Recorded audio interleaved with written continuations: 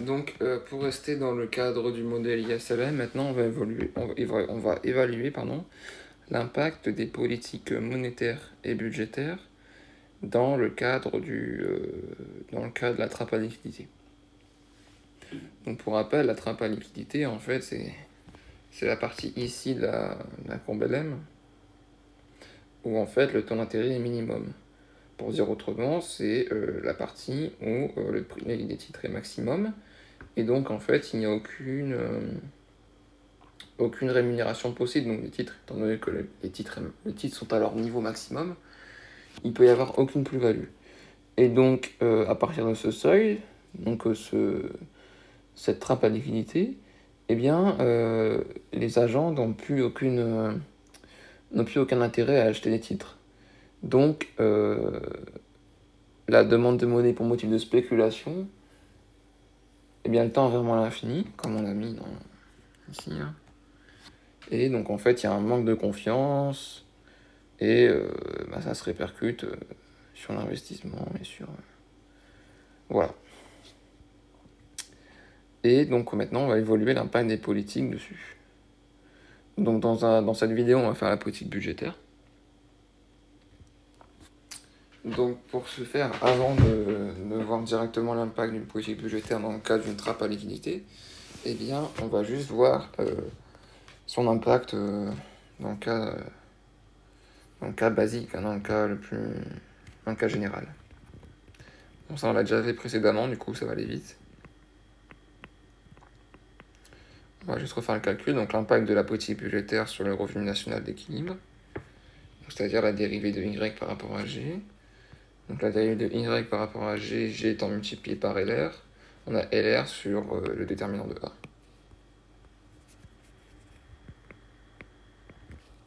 Ok. Sur 1 moins CY plus CY TY.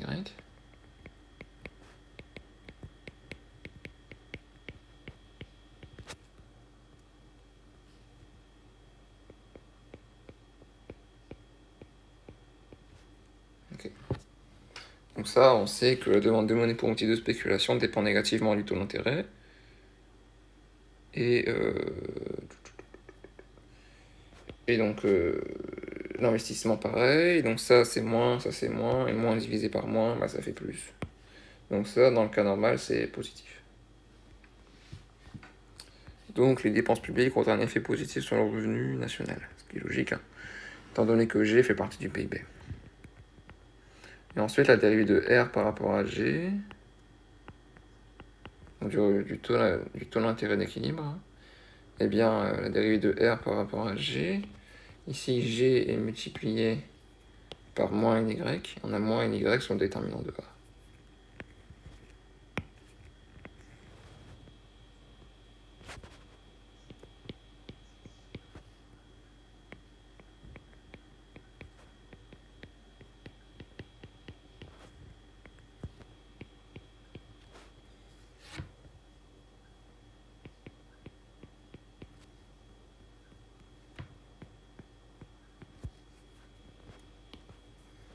Donc ça, la demande de monnaie pour une type de transaction dépend positivement du revenu, et elle est multipliée par moins 1. Hein. Donc ça, au-dessus, c'est négatif. Ça, c'est négatif, ça, c'est négatif. Moins et moins, ça fait moins. Et moins divisé par moins, ça fait plus. Donc, comme on l'avait vu la dernière fois, une politique budgétaire crée un effet d'éviction qui cause en fait, l'effet d'éviction est la conséquence directe de la hausse du taux d'intérêt. Ok. Et maintenant, on va voir la limite quand LR tend vers moins l'infini. Donc pour ce faire, on va réécrire nos résultats de manière à calculer une limite qui est beaucoup plus facile. Donc ici, en fait, ce qu'on va faire, c'est on va multiplier par 1, c'est-à-dire LR sur LR. Jusque-là, il n'y a pas de souci. Hein. Donc là et là, ça s'annule. Hein. Donc on peut déjà le barrer. Voilà.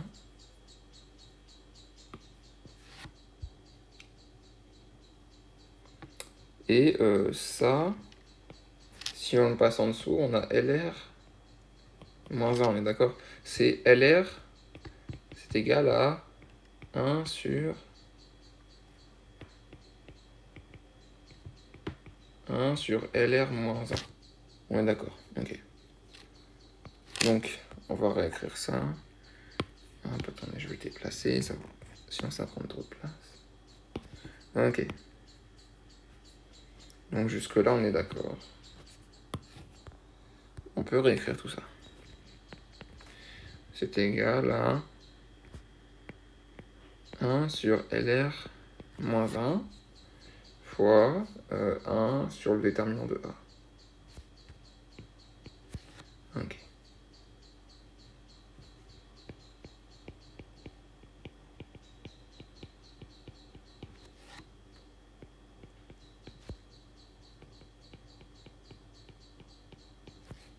Ok.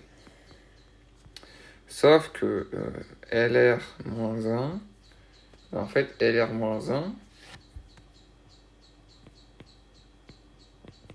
c'est égal à 1 sur LR. Ouais, d'accord.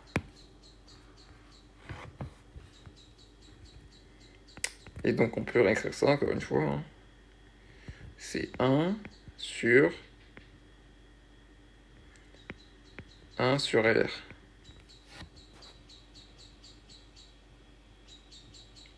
Fois, bon, on peut, comme c'est une multiplication, on peut mettre hop, fois 1 moins CY plus CY TY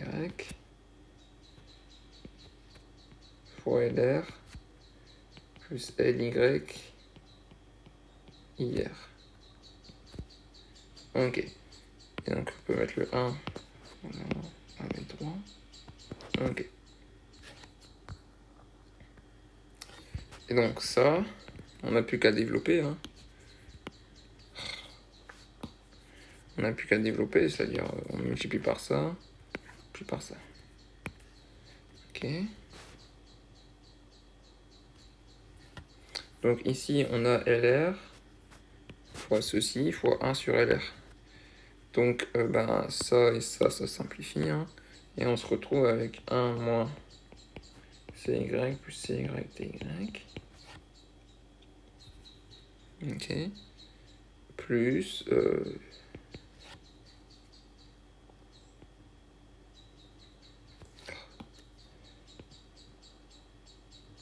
plus LY IR sur LR. Ok. Donc ça, c'est la dérivée de Y étoile par rapport à G bar.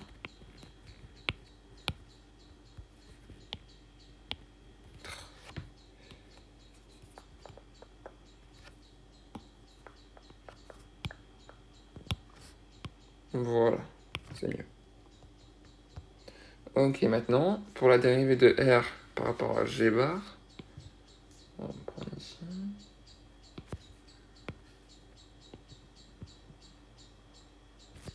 Ok, la dérivée de R par rapport à G bar. Eh bien, bon, on peut la garder comme ça. On va voir, ça va se simplifier vraiment. Quand on va prendre la limite, donc la limite de ce terme-là, hein, quand LR tend vers moins l'infini, eh bien, si ça tend vers moins l'infini, eh bien quelque chose de une constante, qu'on va mettre K par là, divisé par quelque chose qui tend vers l'infini, eh bien c'est quelque chose de petit, soit quelque chose de très grand, ou de très... Oui, très grand, mais dans R tout court. Hein. Ça peut être très grand, mais... comment expliquer? Ça peut être moins 9999, ou ou 99999 en fait. Bon là c'est moins 9999999, etc. Et donc quelque chose de petit sur quelque chose de très grand, eh bien ça tend vers 0. Donc ça tend vers 0. Et LR n'est pas ici, LR n'est pas ici. Donc on a 1 sur une constante plus 0, donc c'est-à-dire 1 sur la constante en question, c'est-à-dire 1 sur 1 moins CY plus CY dy. Donc ça, c'est positif. Et là, ce qu'on se rend compte, c'est que, on va voir pourquoi, c'est que donc la dérivée de y par rapport à g, donc la politique budgétaire, qui est ici,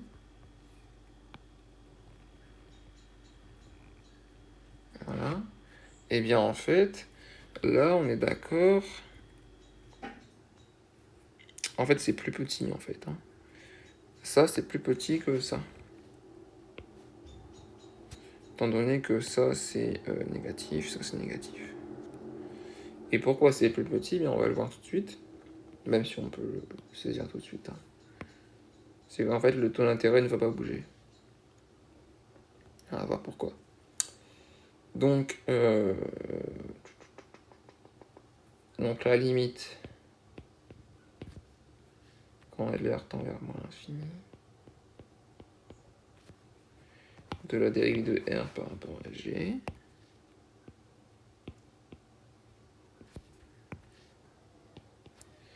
eh bien LR tend vers moins l'infini, ça c'est positif. Donc on a moins l'infini plus une constante, c'est-à-dire moins l'infini. Et moins Y par moins l'infini, ça c'est très grand, ça c'est petit. Donc ça tend vers 0.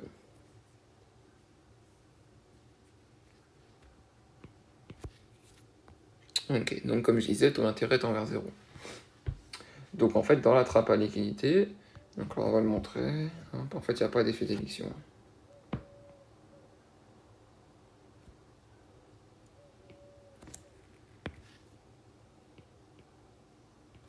Comme on peut voir, juste pour vous montrer l'effet d'éviction, qui était, yes, ouais, voilà. Là on a A, une politique budgétaire, qui induit une hausse du revenu. Et là on a l'effet d'éviction, qui se traduit par la hausse du taux d'intérêt de ceci, et donc un recul du revenu national, mais une hausse toujours. En fait, l'effet d'éviction vient amoindrir la hausse du revenu national suite à la politique budgétaire. Sauf que là, comme on n'a pas de variation du taux d'intérêt, eh bien, on n'a pas d'effet d'éviction. Donc, dans le cas de la trappe à liquidité, eh bien, la politique budgétaire est, maximale, en fait, hein. C'est la politique idéale. Donc, on passe de point d'équilibre A au point d'équilibre B. Okay. Et en fait, on a juste l'effet multiplicateur qui va intervenir, et c'est tout, en fait. On n'a pas de frein, entre guillemets, à la croissance. Et donc, en fait, la demande de monnaie pour motif de transaction, si on augmente les dépenses publiques, eh bien, a fortiori, on a une hausse du revenu, et donc la demande de monnaie pour motif de transaction augmente, car elle dépend positivement du revenu. Donc, comme d'habitude, l'offre de monnaie est donnée, et donc, si la demande de monnaie si l'offre de monnaie est donnée, eh bien, a fortiori, une hausse de la demande de monnaie pour motif de transaction doit induire une baisse de la demande de monnaie pour motif de spéculation. Sinon, la demande est supérieure à l'offre de monnaie.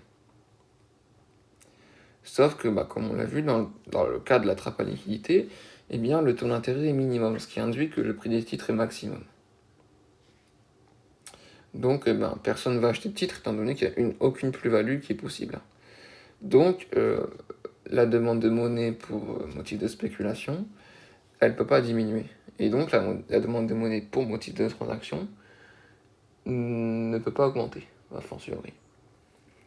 Et donc, c'est pour ça que, en fait, on n'a pas de variation du taux d'intérêt. Donc on n'a pas d'effet dynamique. Donc voilà, donc pour sortir d'une trappe à liquidité, le seul moyen, bon, d'un point de vue keynésien, bon, même si là c'est pas vraiment là c'est plutôt le modèle ISLM qui reflète pas forcément pour ça Keynes, bref. Le seul moyen dans la trappe à liquidité, ici dans le modèle, c'est, ce qui paraît logique quand même, hein, c'est d'augmenter les dépenses publiques, étant donné que la politique monétaire, on va le voir après, on va le démontrer après, elle est inutile.